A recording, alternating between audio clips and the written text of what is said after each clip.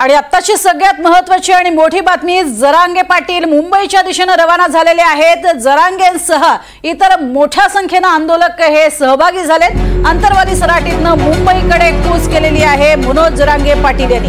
मनोज जरांगे पाटील यांच्यासह त्यांना पाठिंबा देणारे हजारो मराठा समर्थक आणि त्याचबरोबरीने जसा स्वतः जरांगे पाटील यांनी दावा केलेला आहे तसे अनेक इतर जातीय सुद्धा धनगर बांधव सुद्धा मोठ्या संख्येने दाखल झालेले आहेत। इतकंच नव्हे तर काही राजकीय नेते सुद्धा मनोज जरांगे पाटील यांना पाठिंबा देताना पाहायला मिळत आहेत। अनेक माहिती घेऊयात मोहसिन शेख यांच्याकडनं। मोहसिन, मोठ्या संख्येने आगेकूच करत निघालेले आहेत जरांगे पाटील। पुढचा दौरा कशा पद्धतीने टप्पा असणार आहे, कुठे कुठे हे सगळे जण थांबणार आहेत, याबद्दल अधिक काय माहिती?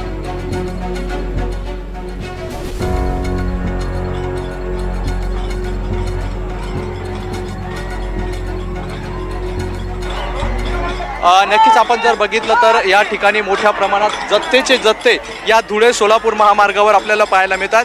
सर्व लोक अंगावर भगवा रुमाल घेऊन मराठा आरक्षणाच्या मागणीसाठी जे आहे तर मनोज जरांगेंच्या सोबत मुंबईकडे कूच करताना आपल्याला पाहायला मिळतात। मोठ्या संख्येने हे सगळे मराठा बांधव एकत्र आले आहेत धुळे सोलापूर।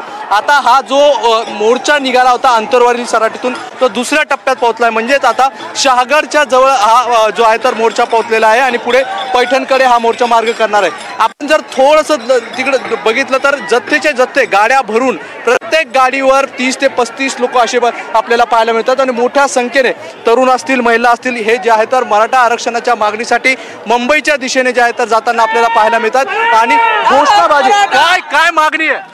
आम्हाला ओबीसी मधून आरक्षण पाहिजे साहेब। आरक्षण पाहिजे साहेब आम्हाला। मुंबईला जाणार का? मुंबईला जाणार आम्ही, मुंबईला जाणार। जाम झाली झालं तर चालेल, मुंबई जाम करायची, आम्ही मुंबईला जाणार साहेब, आम्ही मुंबई जाम। नक्कीच आपण जर बघतोय तर मुंबई जाम करू मात्र मुंबई जाऊ अशा भूमिकेवर हे सगळे मराठा आंदोलक जे आहेत ठाम आहे।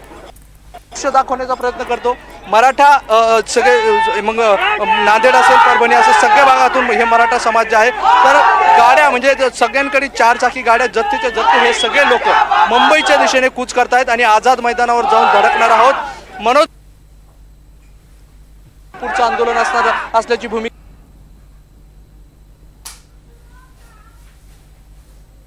आवाज आमच्यापर्यंत पोहोचत नाहीये।